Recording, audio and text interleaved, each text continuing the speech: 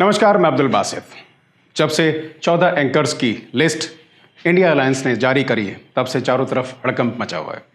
India alliance ने decide किया है कि ये आने वाले समय के अंदर इन 14 एंकर्स के किसी भी डिबेट और किसी भी शो के अंदर नहीं जाएंगे। इसी पे सुधीर चौधरी का कहना है कि भाई हो सकता है इंडिया अलायंस जो है इनके तीखे सवालों से डर गया है।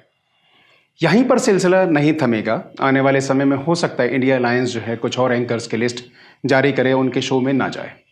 अब हमारा मानना ये है कि भाई जिस तरीके से सुधीर चौधरी ने कहा है कि इनके तीखे सवालों से इंडिया अलायंस डर गया है, तो ऐसा कुछ नहीं है। अगर आप लोग ढंग का सवाल इनसे करेंगे तो जाहिर सी बात है ये आपके शो के अंदर आएंगे, आपको जवाब भी देंगे। तो किसी तरीके का ढंग का, जैसे ज़मीनी स्तर पे जुड़ा हुआ जो है मामला होता है, कोई भी इंसान से जुड़ी हुई चीज़ें होती हैं, कोई भी राष्ट्रवाद से जुड़ी हुई चीज़ें होती हैं, कोई भी अच्छी चीज़ें होती हैं, उसका सवाल अगर करा जाएगा तो कोई भी आपका जो है सवाल का जवाब देगा। लेकिन अकॉर्डिंग टू इंडिया अलायंस इन लोगों का मानना है कि आपके पास जो है वो ढंग के सवाल हैं ही नहीं।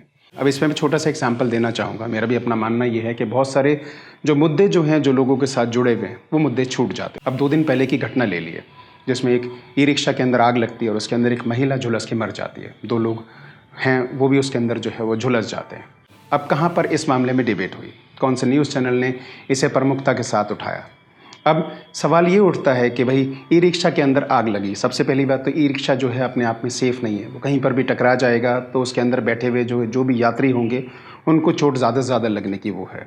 अब जो ये कारण आग लगने का हुआ, इसका छोटा सा कारण ये है कि हमने इसे ज़मीनी स्तर पे जाके जो है मालूम करा। ई रिक्शा वालों से हमने बातचीत करी कि आखिर इस तरीके की घटना क्यों हुई। तो ई रिक्शा वालों का कहना था कि भाई ई रिक्शा के अंदर जो बैटरी डलती है वो उनको 70 से 80 हज़ार रुपये की पड़ती है। अब कंपनी की कोई भी वो बैटरी डलवाएंगे तो उसके लिए उनको 70 से 80 हज़ार रुपये देने पड़ेंगे। तो इस 70-80 हज़ार को बचाने के लिए वो लोग जो है लोकल बैटरी लगवा लेते हैं, जिसका शायद 35 से 40 हज़ार का खर्चा आता है।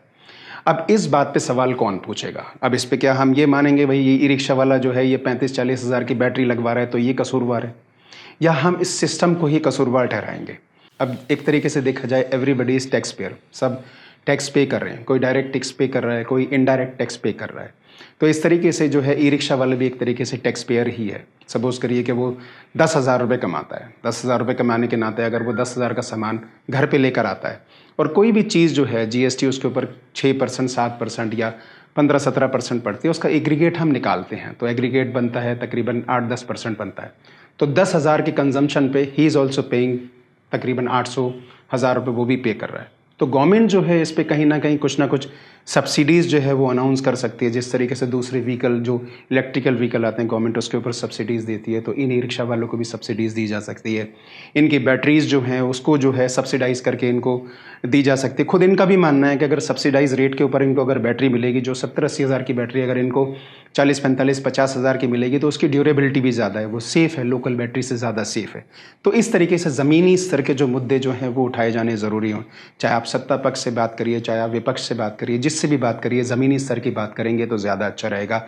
हर कोई आपको पसंद करेगा और आपको कोई भी बायकॉट नहीं करेगा, बल्कि अपने आप में जो है वो फ़ख्र महसूस करेगा आपके जो है न्यूज़ चैनल में आके आपके साथ डिबेट करने के अंदर। आपके शो इस तरीके के अच्छे होंगे, दुनिया आपको पसंद करेगी। नहीं अगर आप इसी तरीके से चलते रहे कि आपके पास ना मुद्दे हुए, ना ढंग के क्वेश्चन हुए, तो हो सकता है कि अभी आपको जो है व्यूअर्स देख रहे हैं तो आपको जो है हो सकता है कि व्यूअर्स भी जो है देखना बंद कर दें।